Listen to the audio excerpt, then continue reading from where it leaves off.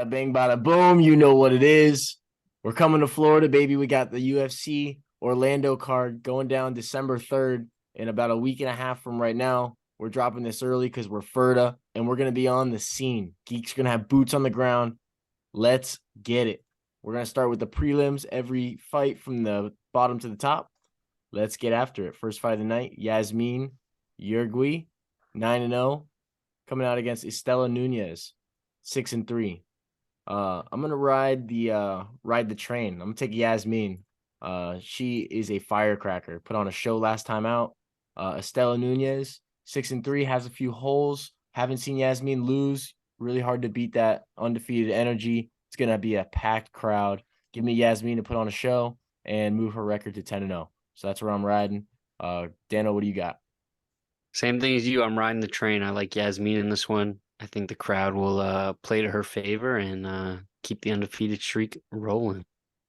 She's minus 320. Estela Nunez returns at plus 265, around that area. Goosey, what do you got?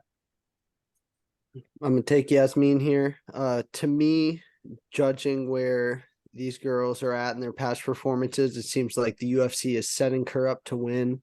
They think they got something here, and she is a good fighter. She's entertaining. She had a very good fight her last time out, and I think she goes out and gets it done. She's got better talent and a better gas tank, and I don't think either of them have a shot at takedown in the UFC. So I'm gonna take Yazmin in this one. Let's go front kick. What do you got? Yeah, I'm riding with Yazmin as well. I mean, we got an undefeated prospect, and Istela Nunez is 0-2 in the UFC. So let's ride with Yazmin. Either under or knockout play may be valid, but yeah, give me Yazmin. Let's go. Moving right into the next one. This one's going to be an absolute banger. We have a featherweight scrap going down. It is Francis the Fire Marshall, 6-0, undefeated stallion coming off the Contender Series. With one of the highlighted performances of the entire season. Absolute stallion entering the scene here. It's going to be his debut in Orlando. He's coming out against Marcelo Rojo, 16-8.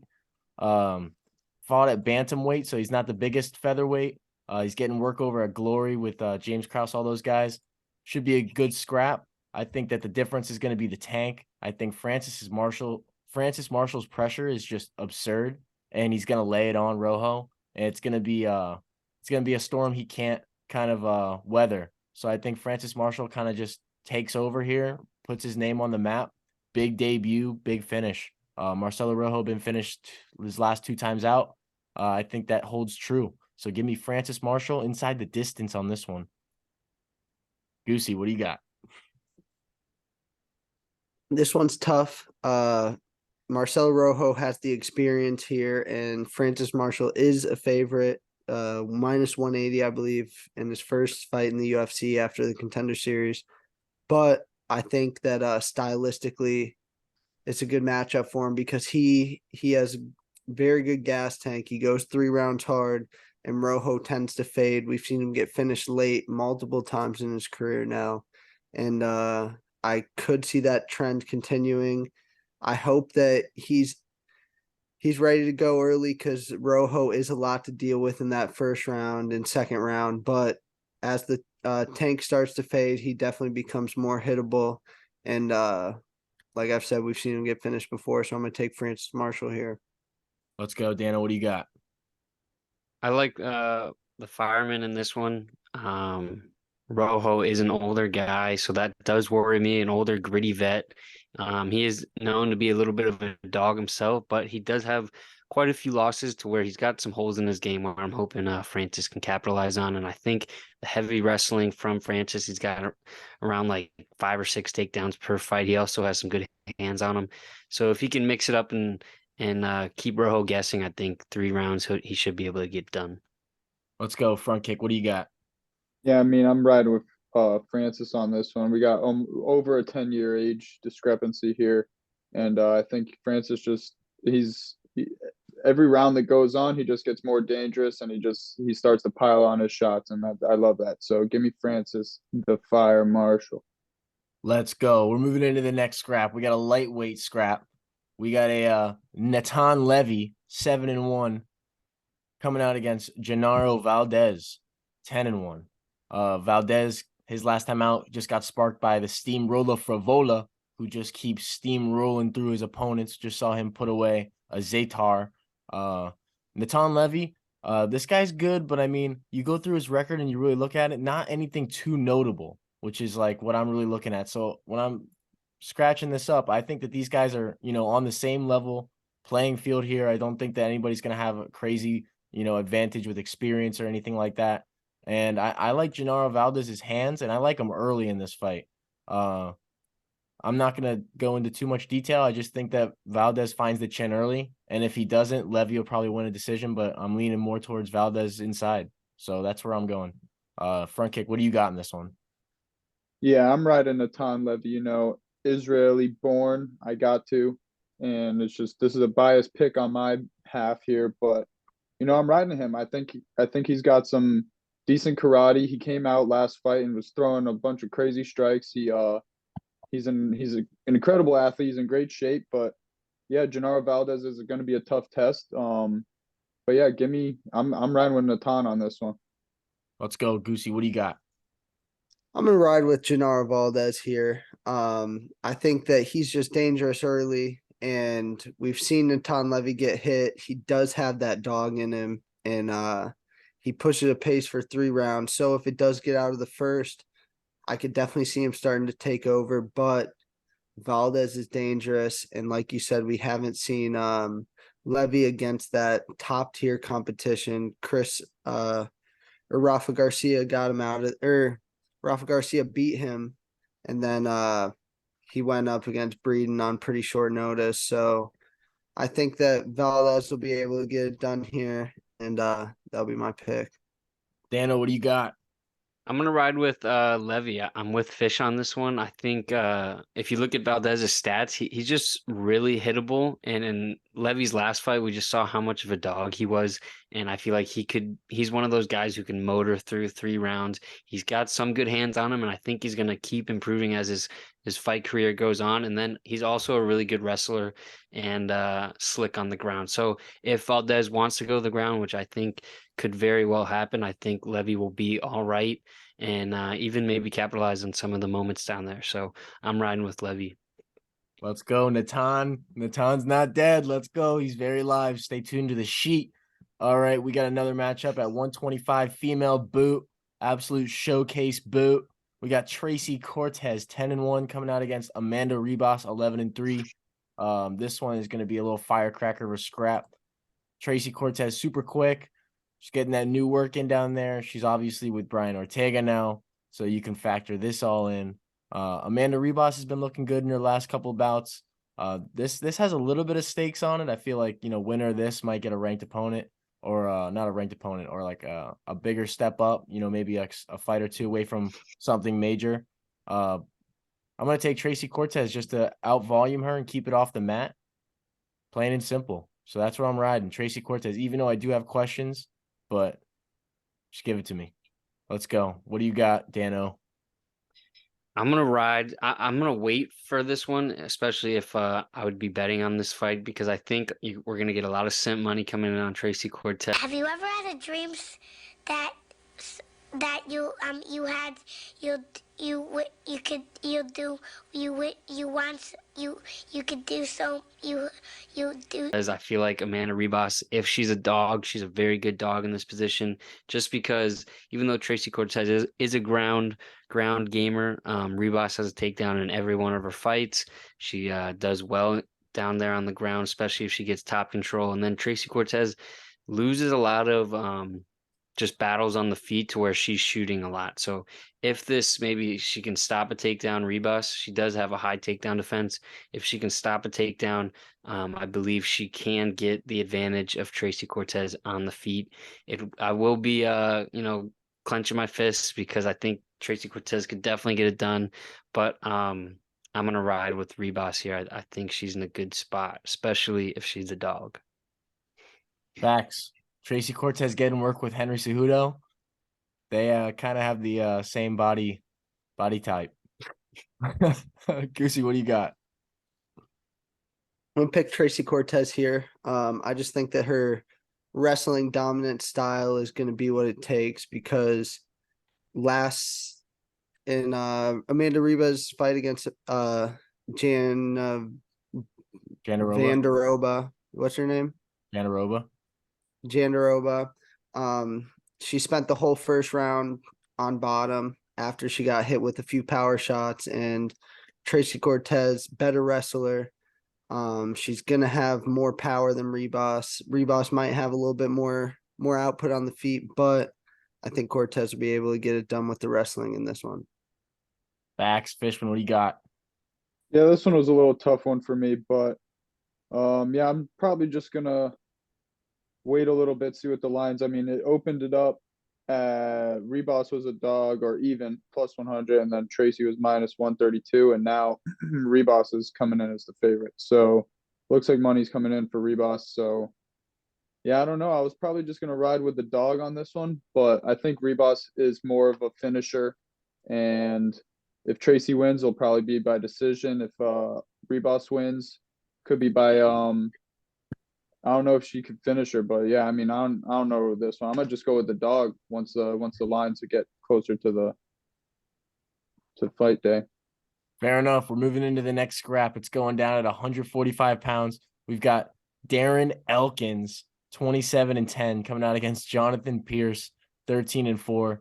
I'm gonna keep this one brief, man. I think that Jonathan Pearce is like the new, evolved, up-to-date 2022 version of, you know, what Darren Elkins wishes to be, what he used to be in some people's minds back in the day.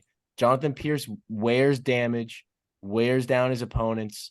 His wrestling's top tier. He likes to drag guys back and forth. He likes to find subs just in the middle of just absolute slobber time down on the mats.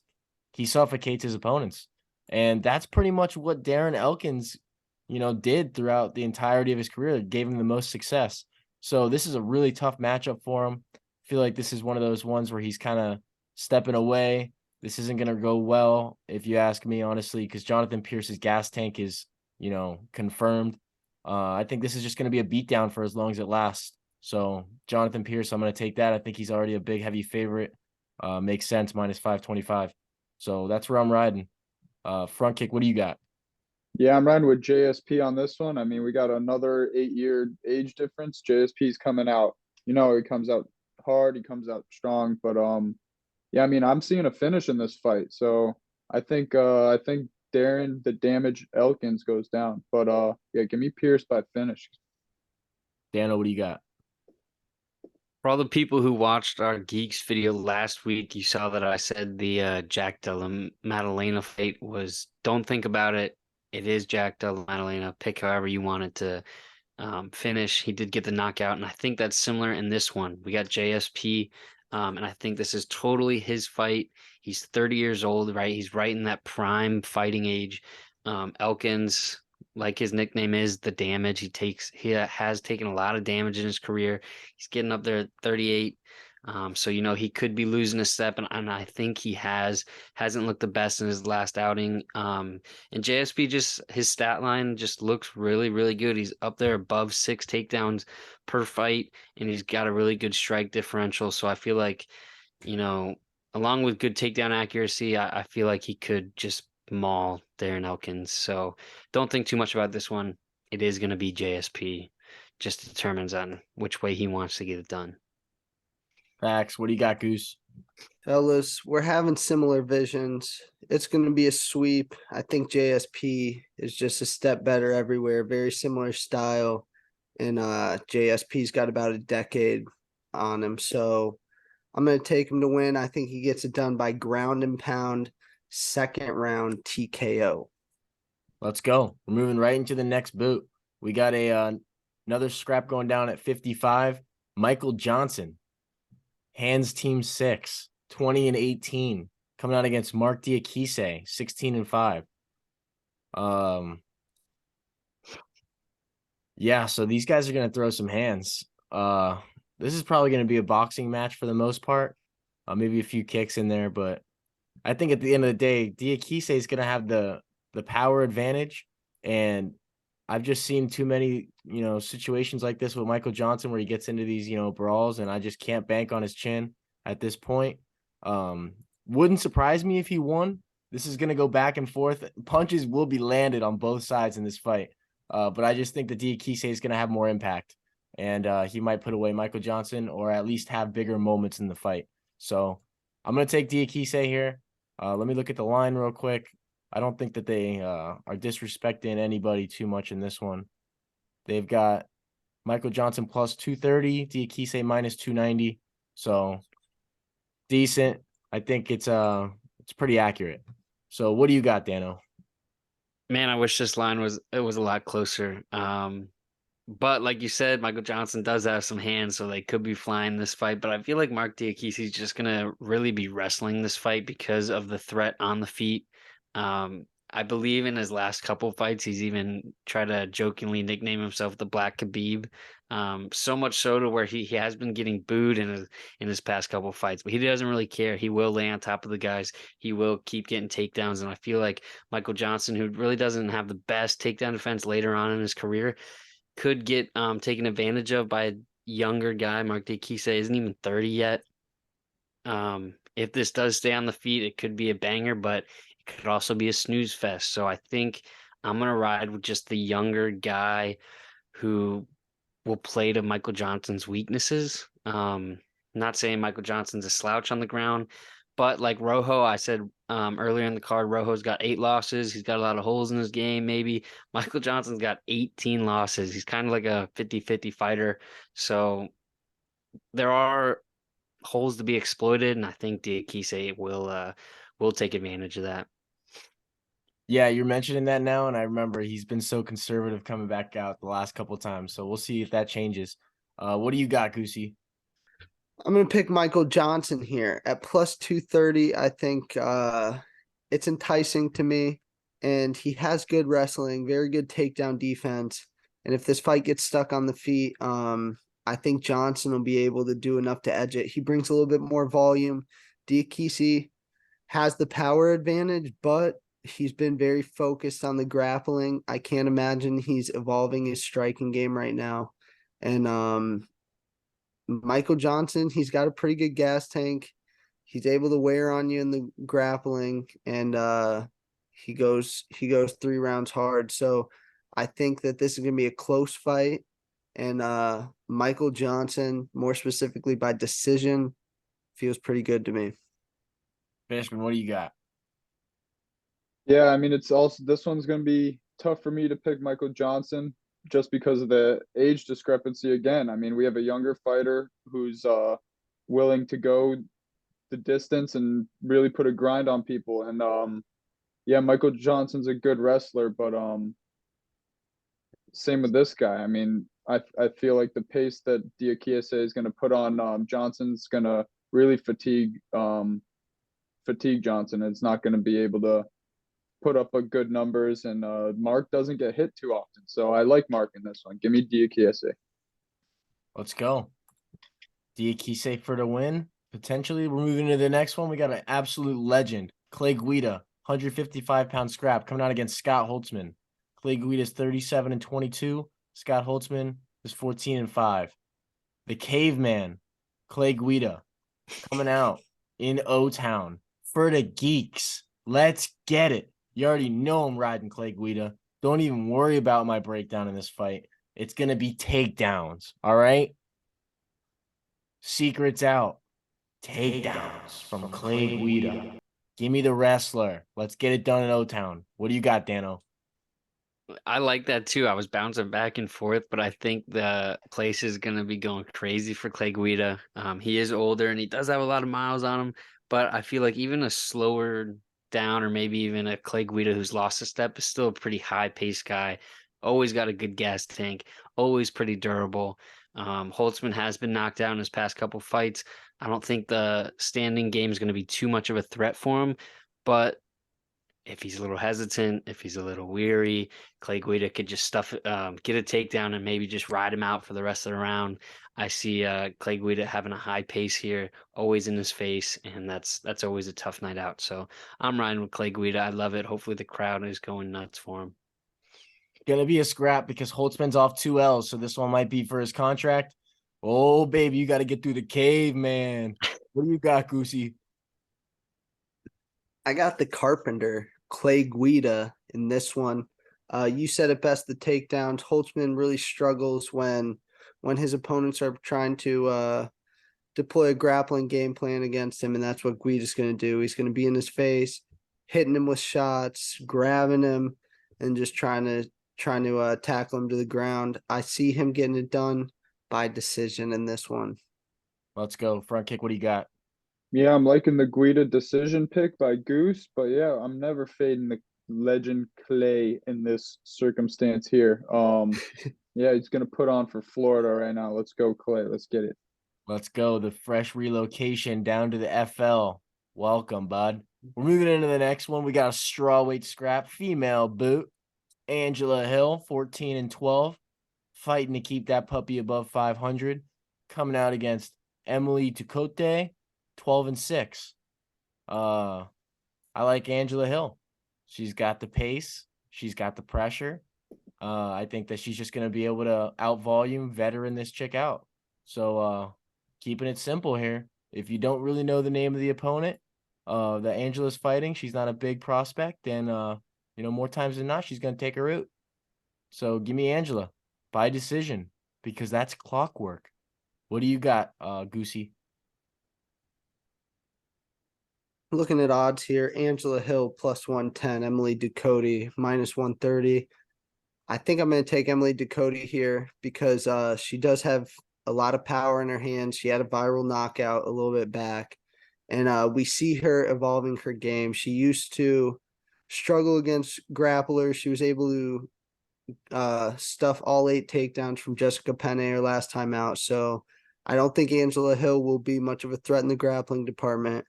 And then, stand up for stand up. I think Ducote's got it. Angela Hill, always a tough night out because she's tough and pushes a good pace. But I think the power is going to be enough to keep her off her. So I'm going to go Ducote here. Let's go. What do you got, Dano? I'm torn, but I think I'm gonna ride with Angela Hill. She's the certified gatekeeper of the women's MMA. Like you said, Ducote, she is on the rise, but she does have quite a few losses under her record for how young she is. I think Angela Hill, if she can just dance around the octagon for 3 rounds, in and out, stay at range, stay out of the power of Ducote, I feel like she could get it done. And maybe an interesting prop bet on this one could be an Angela Hill split decision because she's known to be just in these back and forth, flip of a coin decision fights. So being the vet she is, hopefully she's got some IQ and she's going to use it this fight and have a good game plan. So I'm riding Angela Hill split decision. Interesting. Fishman, what do you got? Angela Hill is born in 1985. Ducote's born in 94. So, once again, I feel like this is just a repeated theme, this card. I'm riding with the younger girl. The younger, hungrier girl. So give me that decision play. Ducote decision. Let's go. All right. Whatever, man. We going into the main featured prelim of the O-Town. Let's get it. We got Niko, the hybrid price, coming out against Philly Fresh Rowe. This is a fight going down to 170 pounds. Niko Price is 15-5. Phil Rowe's 9-3. This is going to be a barn burner. They had this one at like the bottom of the card, all like the last few weeks. And then, they just announced this week that they're going to be the headliner, which makes so much more sense. Haven't seen Niko Price in 2 years or a year it is or something like that. It's been a long layoff. I'm super hyped to see what he looks like coming back. If we see the same Niko Price, then stylistically, this is a pretty good matchup for him. Phil Rowe, a stand-up striker that likes to do his boxing, has good jiu-jitsu. But Niko's just known to suffocate, these strikers on the ground, really mix it up well. So this is really going to be interesting, man. I can't wait to see it. If I have to lean, this is really close to 50-50 fight for me. Just because I haven't seen Niko in so long. But I am going to lean towards Niko's side in this. I think that he's just going to have more tools in this matchup. I think that he's a big-ass dude, and I think that he's going to be able to get away with some top control and just some control in this fight, So give me Niko Price to win enough minutes to win this decision. What do you got, Goosey? taking Niko the hybrid price in this spot, and I think he shines here because he's just that dude. Like, he's dangerous. He hits you with a lot of crazy shots, and I think Phil Rowe is really going to struggle with that. Niko probably is going to be the more physical presence in the octagon. He's going to be coming forward, and that's where he really thrives. When he can get his opponent moving backwards, they're trying to play the reach game, and he can get inside and do crazy stuff. That's what he does best. He's made for that. He's the hybrid. He can threaten the grappling. And I think he hits him with something crazy. I'm gonna say spinning back elbow, round 2 finish for Niko Price in this one. Sheesh. Fishman, what do you got? Yeah, I'm gonna take Niko and I'm gonna go under. I think that's what I'm gonna do in this one. But yeah, Niko, Phil Rowe, he's got the height advantage, got the reach advantage, but Niko just brings a different type of energy into the ring, and he's just a dog, bro. I mean, that fucking face, you could pop it up right now, where he's just screaming with his fucking eyes puffed out. That's the best fucking picture ever, bro. Like, he's a dog. Let's get it. Let's go. Dana, what do you got? Total sweep here. I'm riding with Niko. I think if you're gonna get into a back and forth brawl with anyone, you do not want it to be Niko Price. 15 minutes. He's definitely durable to go 15 minutes. He's got a good gas tank. He has had a little time off now, so his body's been healing. I know he had a knee issue, but like we said, he's been healing that, and I feel like the knee issue will be able to give him a plan B, in the sense of, if on the feet doesn't go well for him, he can wrestle against Phil Rowe, because Phil Rowe has a low takedown defense, and he's been not known, but we've seen him get rode out over some rounds to where people just lay on top of him, like Jason Witt lays on top of him, and just accumulates a lot of ground control time. That could happen. It's always nice to have a little plan B in your pocket, but he is wild on the feet. He has been getting in some pretty good rounds. We've seen on his social media. We've seen him get a lot of good grappling time with our own CEO, making him work, get that get the grappling game up. Nice and tight. Got that arm. Oh, got me to reverse triangle, dog. But no, I think Orlando's gonna be popping. Niko Price is a man of the people. He could feed off that. And I could totally see him walking out with a dub. So Niko Price, baby. Let's go. 2 big names from Florida showing out for the hometown. Geeks will be on the scene. Let's go. Those are the picks and predictions. Tune into the next video for the main card. Scoop. Let's go.